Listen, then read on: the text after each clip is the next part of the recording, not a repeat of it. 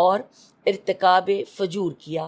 جب یہ وفد امام صادق علیہ السلام کی خدمت میں پہنچا تو گفتگو کا آغاز بین گروپ کے نمائندے نے کیا۔ امام صادق علیہ السلام نے اس سے پوچھا کہ تو کس گروپ سے تعلق رکھتا ہے؟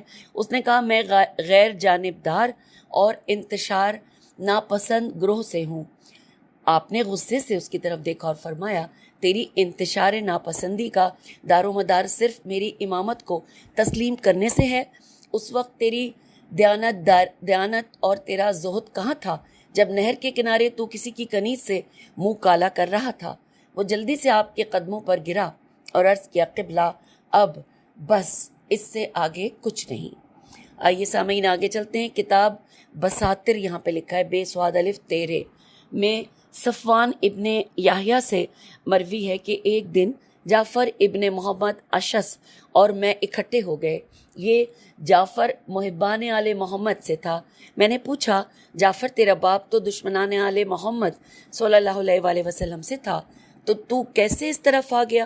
جعفر نے کہا واقعاً میرا باپ دشمنان آل محمد سے تھا، لیکن بحمدللہ اس کا خاتمہ ایمان پر ہوا ہے اور اسی نے ہی ہمیں یہ راہ دکھائی ہے۔ میں نے پوچھا وہ کیسے؟ جعفر نے کہا آپ کو معلوم ہے کہ میرا باپ محمد اشس منصور کے مقربین سے تھا۔ ایک دن منصور نے میرے باپ سے کہا کہ مجھے ایک دانشمند قاصد کی ضرورت ہے جو امین بھی ہو، تو میرے باپ نے اسے اپنے ماموں ابن مہاجر کا پتہ دیا۔ منصور نے ابن مہاجر کو بلایا اور اسے ہزاروں دینار دے کر کہا مدینے چلا جا، محلہ بنی ہاشم سادات بنی فاطمہ کو جمع کر لینا، یہ دینار ان میں تقسیم کرنا اور کہنا کہ میں شیعان خراسان سے ہوں اور یہ دینار انہی لوگوں نے بھیجے ہیں اور وہ آپ لوگوں کی حکومت کے منتظر ہیں۔ پھر ان سے فردن رقم کی وصول کی رسید بھی لکھوا لینا اور جو پیغام وہ اہل خراسان کے نام دیں وہ بھی لکھوا لینا۔ اور یہاں پہ آگے لکھا ہے کہ ابن مہاجر مدینے آیا، رقم تقسیم کی، واپس کوفے میں منصور کے پاس آیا اور سادات بنی فاطمہ کے تمام پیغامات اس کے سامنے رکھ کے کہا کہ ہر ایک نے کوئی نہ کوئی پیغام دیا ہے، لیکن جعفر ابن محمد صلی اللہ علیہ وآلہ وسلم نے نہ رقم قبول کی ہے اور نہ کوئی پیغام دیا ہے۔ منصور نے پوچھا کیوں بھلا؟ تو ابن مہاجر نے بتایا کہ تمام سادات بنی فاطمہ میں دینار تقسیم کیے، امام صادق علیہ السلام وہاں نہ تھے۔ پوچھنے پر معلوم ہوا کہ وہ مسجد نبوی میں ہوں گے۔ میں وہاں آیا اور وہ مصروف نماز تھے۔ جب نماز سے فارغ ہوئے تو میری کسی بات کرنے سے قبل مجھے کہنے لگے بندہ خدا تو خود بھی آل محمد کے معاملے میں اللہ سے ڈر اور اپنے بادشاہ سے بھی کہہ دینا کہ آل محمد صلی اللہ علیہ وآلہ وسلم نے ابھی آل مروان کی حکومت گزاری ہے، اور تمہیں معلوم ہے کہ نہ صرف ان کے گھر ویران ہیں بلکہ آل مروان نے ان کی جھولیاں اور دل بھی اجاڑ دیے ہیں۔ آل محمد کے پاس کیا رکھا ہے؟ ان میں اتنی طاقت کہاں سے آ گئی ہے کہ وہ تمہاری حکومت کے لیے کوئی خطرہ بن سکیں؟ انہیں کچھ دن چین کا سانس لینے دو۔ تمہارے پہلو میں آج بھی وہ افراد بیٹھتے ہیں جو عداوت آل محمد پر ادھار کھا چکے ہیں، اور ان کی خواہش ہے کہ کسی نہ کسی طرح آل محمد کا ایک فرد بھی اس دنیا میں سانس لینے والا نہ بچے۔ انہی لوگوں سے تم جاسوس کا کام لیتے ہو، اور یہی لوگ آل محمد صلی اللہ علیہ وآلہ وسلم کے خلاف چغل خوری کر کے تمہیں بھڑکاتے رہتے ہیں۔ جو گفتگو میرے اور آپ کے مابین تھی تمام کی تمام امام صادق علیہ السلام نے اس طرح مجھے بتا دی جیسے کہ وہ ہمارے ساتھ تیسرے ہوں۔ منصور نے کہا واقعاً امام صادق درست کہتے ہیں، آل محمد صلی اللہ علیہ وآلہ وسلم میں اب اتنی سکت نہیں کہ وہ حصول اقتدار کی کوئی کوشش کر سکیں۔ ابن مہاجر سے یہ واقعہ سننے کے بعد میرے باپ نے عداوت آل محمد سے توبہ کر لی، اور اب ہمارا پورا گھر الحمدللہ موالیان آل محمد میں سے ہے۔ اور یوں پھر یہ قصہ مکمل ہوا۔ آئیے آگے چلتے ہیں۔ لکھا ہے کہ کتاب خرائج میں ابن ابو العلا سے مروی ہے کہ میں امام صادق علیہ السلام کی خدمت میں بیٹھا تھا کہ ایک شخص نے آ کر اپنی بیوی کی بد اخلاقی کا شکوہ کیا. آپ نے فرمایا کہ اسے یہاں میرے پاس لے آ. وہ اپنی بیوی کو لے آیا. آپ نے اس سے فرمایا کہ تو اپنے شوہر سے اچھا سلوک نہیں کر سکتی؟ اس نے کہا کہ میں جب اسے دیکھ نہیں سکتی تو اچھا سلوک کیسے کر سکتی ہوں؟ آپ نے فرمایا اس طرح تو عمر کوتاہ ہو جاتی ہے. اس نے کہا جس زندگی میں مجھے میرا شوہر نظر آئے میں اس زندگی سے اس موت کو ترجیح دوں گی جس میں مجھے یہ تو نظر نہیں آئے گا. آپ نے فرمایا اسے لے جا، یہ 3 دن سے زیادہ زندہ نہیں رہے گی. چوتھے دن وہی شخص آپ کے پاس آیا. اتفاقاً اس وقت بھی میں آپ کے پاس ہی بیٹھا تھا. آپ نے پوچھا بیوی کا کیا بنا؟ اس نے عرض کیا قبلہ ابھی دفن سے فارغ ہو کر آ رہا ہوں. اور یوں یہ قصہ بھی مکمل ہوا. آئیے سامعین آگے چلتے ہیں. لکھا ہے کتاب خرائج میں داؤد رقی سے مروی ہے کہ 146 ہجری میں امام صادق علیہ السلام کے ساتھ حج کو آ رہا تھا. میرا ایک بھائی تھا جو سرے کا دشمن اہل بیت تھا. وہ مجھ سے زیادہ میل جول نہیں رکھتا تھا. مجھے معلوم ہوا کہ اس کے گھر کئی دن سے فاقہ ہے. میں نے حج پر روانگی کے وقت گھر والوں سے کہہ دیا کہ اتنا اسے دے دینا. ہم نے ایک اونٹ بٹھایا. امام صادق علیہ السلام نے فرمایا داؤد جلدی یہاں سے سامان اٹھا لے، ابھی سیلاب آنے والا ہے، ڈوب جائے گا. تو نے بھائی سے جو صلہ رحمی کی ہے اس کی وجہ سے تجھ پہ مصیبت ٹل رہی ہے. میں نے وہاں سے سامان دوسری محفوظ جگہ پر منتقل کیا ہی تھا کہ سیلاب کا ریلا آ گیا، اور جن لوگوں نے امام صادق علیہ السلام کی اس بات کو مذاق سمجھا تھا وہ اپنے تمام سامان سے محروم ہو گئے. آئیے آگے چلتے ہیں. کتاب خرائج میں مروی ہے کہ امام صادق علیہ السلام کے ایک صحابی کا بیان ہے کہ میں کچھ مالی واجبات آپ کی خدمت میں لایا، ساتھ یہ خیال بھی کیا کہ بہت بڑی رقم ہے جو میں آپ کو دے رہا ہوں. جب میں آپ کے سامنے آیا ابھی تک رقم کی تھیلیاں آپ کو پیش نہیں کی تھیں. آپ نے اپنے غلام کو حکم دیا کہ وہ کونے میں جو تشت رکھا ہے اٹھا کے لیا. میں نے آپ کی طرف دیکھا. آپ نے زیر لب کچھ پڑھا. جب غلام تشت اٹھا کے لایا تو میں یہ دیکھ کر حیران رہ گیا کہ وہ سب دیناروں سے پر تھا. آپ نے غلام سے فرمایا کہ اسے انڈیل دے. میری حیرت پہلے سے زیادہ ہو گئی جب میں نے دیکھا کہ تشت کا اتنا وزن نہ تھا جتنے دینار نکلتے چلے گئے، حتیٰ کہ میرے اور امام صادق علیہ السلام کے مابین ایک ڈھیر سا لگ گیا. تو ان دیناروں کو دیکھ کر مجھے اپنی لائی ہوئی رقم حقیر معلوم ہونے لگی. آپ نے مجھے فرمایا کہ کیا تم یہ سمجھتے ہو کہ ہم تمہاری رقم سے محتاج ہیں؟ بخدا ہم تم سے صرف تمہارا مال پاک کرنے کی خاطر لیتے ہیں. آئیے آگے چلتے ہیں. کتاب خرائج بحر حنات ہے نون الف توئے سے مروی ہے کہ کہ میں فطر ابن خلیفہ کے پاس بیٹھا تھا کہ ابن ملاح آ گیا اور بیٹھ کر میری طرف دیکھنے لگا. فطر نے ابن ملاح سے کہا کہ جو بات کرنا چاہتا ہے وہ کہہ دے، تجھے کوئی کچھ نہیں کہے گا. میں دیکھ رہا ہوں کوئی بات ایسی ہے جو تیرے اندر مچل رہی ہے. ابن ملاح نے کہا کہ میں آپ کو بات تو سناتا ہوں لیکن ڈرتا ہوں کہ کہیں آپ مجھے پاگل نہ سمجھیں. تو فطر نے کہا کہ اس میں پاگل سمجھنے والی کون سی بات ہے؟ اگر ماننے والی ہوتی تو مان لیں گے ورنہ نہیں مانیں گے. تو ابن ملاح نے کہا کہ میں رافضیوں کے امام صادق علیہ السلام کے پاس بیٹھا تھا اور ہم باتیں کر رہے تھے کہ یکلخت جعفر علیہ السلام نے کوفے کی طرف دیکھا اور پریشان ہو کر انا للہ و انا الیہ راجعون پڑھنے لگا. میں نے پوچھا کیا بات ہے؟ جعفر نے بتایا میرا چچا زید فلاں جگہ شہید کر دیا گیا ہے. یہ کہہ کر اٹھا اور اندر چلا گیا. میں نے وہ وقت اور تاریخ نوٹ کر لی. جب مدینے سے واپس آیا ابھی راستے میں ہی تھا کہ کوفے کی طرف سے آتا ہوا ایک شہ سوار ملا.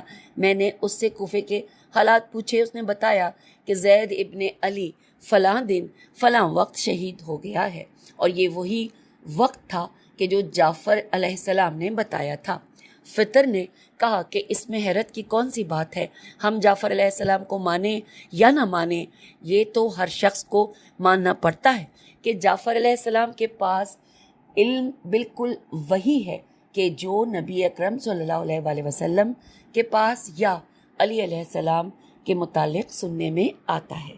اب لکھا ہے کہ کتاب کشی نے ابو بصیر سے روایت کی ہے، یا یہ کتاب کا نام نہیں ہوگا، یہ صرف کشی لکھا ہے، یہاں پہ کوئی انسان کا نام ہوگا۔ کشی نے ابو بصیر سے روایت کی ہے کہ ایک دن میں امام صادق علیہ السلام کی خدمت میں بیٹھا تھا۔ آپ نے فرمایا ابو بصیر اگر ایک بات برداشت کر سکے اور کسی کے سامنے ظاہر نہ کرنے کا وعدہ کرے تو میں تجھے بتاؤں۔ میں نے عرض کیا حضور انشاءاللہ کسی کو نہیں بتاؤں گا۔ آپ نے فرمایا داؤد ابن علی اگلے سال کچھ دنوں کے لیے حکمران بننے والا ہے اور اس کے ہاتھ سے میرا قریب ترین صحابی معلّہ ابن خنیس شہید ہوگا۔ میں نے عرض کیا حضور معلّہ کس جرم میں شہید ہوگا؟ آپ نے فرمایا داؤد معلّہ سے میرے صحابہ کی فہرست مانگے گا، معلّہ تم لوگوں کے نام بتانے سے انکار کر دے گا اور داؤد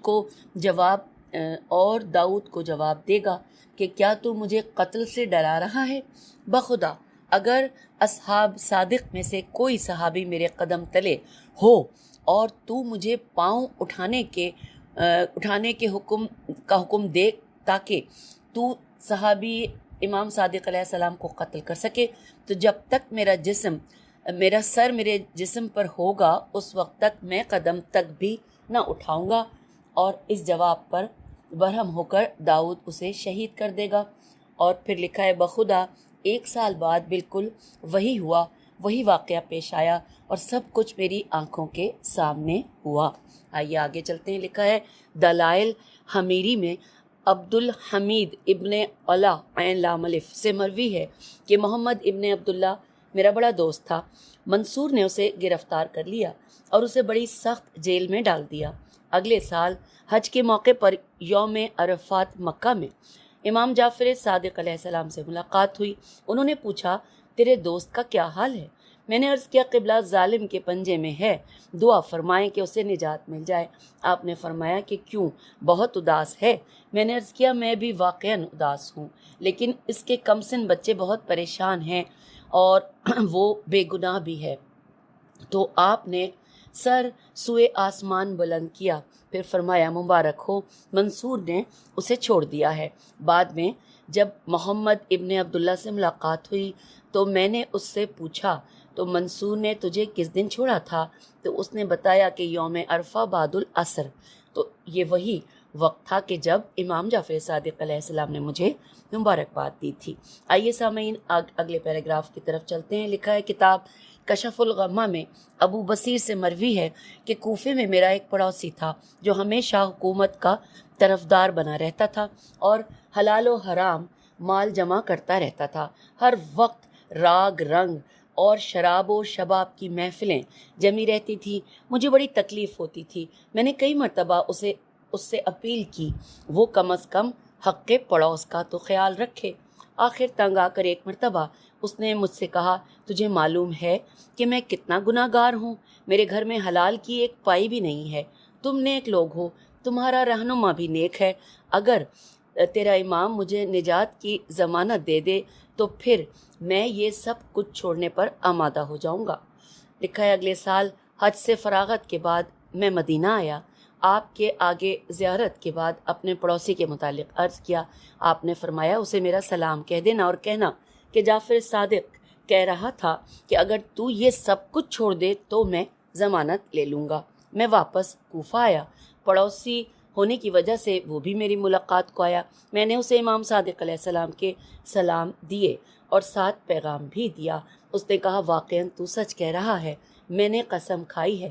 وہ خاموش ہو گیا اور کچھ دن بعد مجھے اس کا پیغام ملا۔ میں گیا تو وہ اپنے مکان میں دروازے کے عقب میں ہی کھڑا تھا۔ اس نے کہا ابو بصیر میں نے تیری قسم پر اعتبار کر لیا ہے، خلوص نیت سے توبہ کی ہے، میرے گھر میں جو دوسروں کا مال تھا سب تقسیم کر دیا ہے اور اس وقت میرے پاس حلال کا لباس بھی نہیں ہے اور وہ بھی دروازے کے عقب میں بالکل عریاں ہوں۔ میں فوراً شیعوں کے پاس گیا، چندہ کیا، لباس خریدا، کھانے پینے کا سامان مہیا کیا۔ کچھ دن بعد مجھے پتہ چلا کہ وہ بیمار ہے اور مجھے یاد کر رہا ہے۔ جب میں گیا تو وہ زندگی کی آخری سانسیں گن رہا تھا۔ میں بیٹھ گیا انتہائی تکلیف محسوس کر رہا تھا۔ کچھ دیر بعد اسے غش آیا، غش سے افاقہ ہوا تو مسکرا کر کہنے لگا، ابو بصیر تو نے سچی قسم کھائی تھی، مولا صادق نے وعدہ پورا کر دیا ہے، اب میں مطمئن ہوں۔ اور اس کے بعد وہ فوت ہو گیا۔ میں جب حج پر آیا اور زیارت امام کو گیا تو آپ نے میری بات کرنے سے پہلے فرمایا، ابو بصیر ہم نے تیرا وعدہ پورا کر دیا ہے۔ اور اس طرح سے یہ واقعہ مکمل ہوا۔ آئیے سامعین اگلے واقعے کی طرف۔ لکھا ہے کتاب کشف الغمہ میں مالک جہنی جیم ہے نون چھوٹی ہے سے مروی ہے کہ ہم مدینے میں بیٹھے فضائل آل محمد صلی اللہ علیہ وآلہ وسلم کا تذکرہ کر رہے تھے۔ یہ وہ زمانہ تھا جب غلو و تقصیر کا فتنہ شباب پر تھا۔ کچھ آل محمد کے حق میں حد غلو کو پہنچ چکے تھے اور کچھ حدود تقصیر میں داخل ہو چکے تھے۔ دوران مذاکرہ ہمارے ذہن بھی اس حد تک بلند پرواز ہو گئے کہ ہم نے آل محمد کے لیے حدود الہیہ کو چھونا شروع کر دیا۔ اسی دوران ہم نے دیکھا تو امام صادق علیہ السلام ہمارے سر پر کھڑے تھے۔ ہمیں نہیں پتا کہ وہ کب سے آئے اور کس طرف سے آئے، اور ہم جلدی سے اٹھ کھڑے ہوئے۔ آپ نے فرمایا، اے خالد، اے مالک، کیا گفتگو ہے؟ میں نے عرض کیا، قبلہ فضائل آل محمد صلی اللہ علیہ وآلہ وسلم ہی ہمارا موضوع سخن ہوتے ہیں۔ آپ نے فرمایا، یقین رکھو ہم مخلوق ہیں، ہمارا ایک معبود ہے، اسی کی عبادت کرتے ہیں، جو چاہو کہو اور مانو، لیکن مقام الوحیت میں کبھی نہ لے جانا ورنہ گمراہ ہو جاؤ گے۔ آئیے سامعین نیکسٹ پیراگراف میں لکھا ہے، مؤلف اس قسم کی متعدد روایات لکھنے کے بعد صاحب کشف الغمہ تبصرے کے انداز میں لکھتا ہے کہ اگرچہ غالیوں کا عقیدہ ناقابل تسلیم ہے، لیکن ان کے نقل کردہ واقعات، ائمہ کے معجزات، کرامات، علم غیب اور خارق عادات، خیالف رقاف عادات، امور تواتر کی حد تک ہیں اور صحیح ہے۔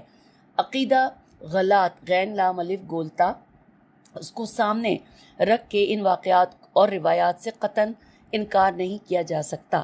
اللہ ہمیں عقیدہ غلط سے بھی محفوظ رکھے اور ان کرامات و معجزات ائمہ کے انکار سے بھی محفوظ رکھے۔